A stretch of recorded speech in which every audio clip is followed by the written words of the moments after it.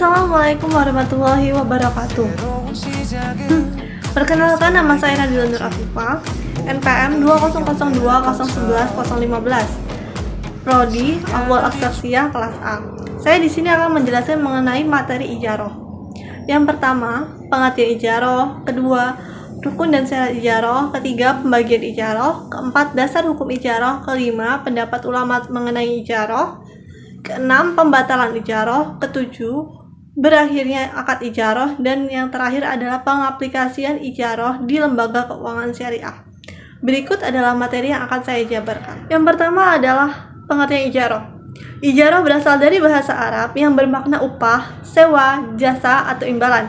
Ijaroh merupakan salah satu format muamalah dalam memenuhi keperluan hidup manusia seperti sewa menyewa, kontrak, dan lain-lain. Al-ijaroh adalah suatu akad pemindahan hak guna atas barang atau jasa melalui pembayaran upah sewa tanpa diikuti dengan pemindahan kepemilikan dari barang tersebut. Yang kedua adalah rukun ijaroh. Rukun ijaroh ada 3, yaitu pertama penyewa yang menyewa, kedua barang yang disewakan, ketiga ijab qabul. Yang keempat adalah syarat ijaroh. Pertama, mukjir dan muktajir telah balik dan berakal sehat. Dua, mukjir adalah pemilik sah dari barang sewa, walinya atau orang yang menerima wasiat untuk bertindak sebagai wali. Yang ketiga, masing-masing pihak rela untuk melakukan perjanjian sewa menyewa.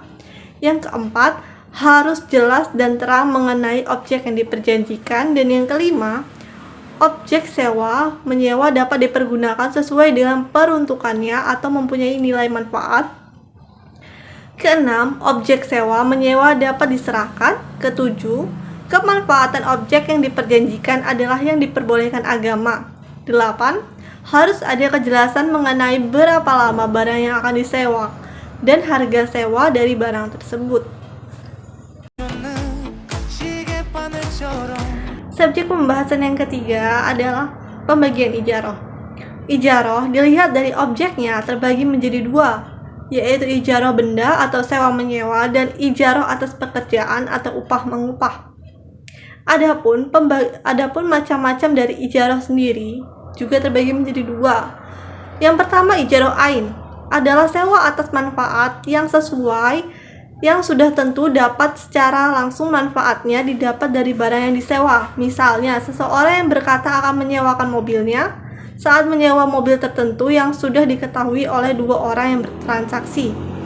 Yang kedua adalah ijaroh zimah, adalah sewa atas manfaat dari sesuatu yang dikuasai seseorang, bukan dari barangnya langsung. Misalnya, menyewa seseorang untuk mengantar ke suatu tempat menggunakan mobil yang sedang dioperasikan.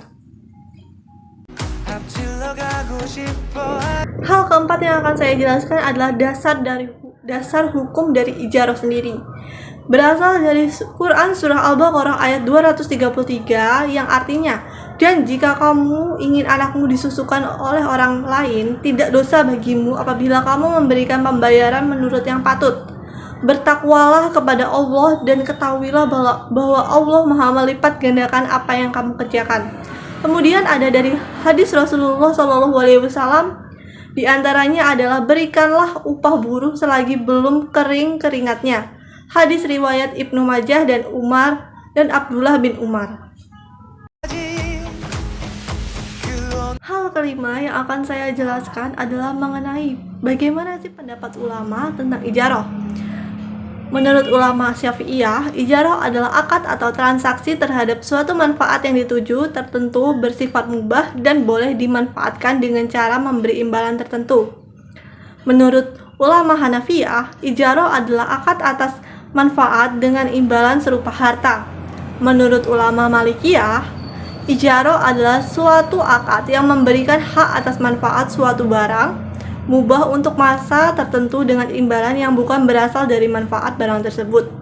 Menurut Hanabilah, ijaroh adalah suatu akad atas manfaat yang bisa sah dengan lafal ijaroh dan kara atau semacamnya. Pembahasan yang keenam adalah mengenai batalnya akad ijaroh.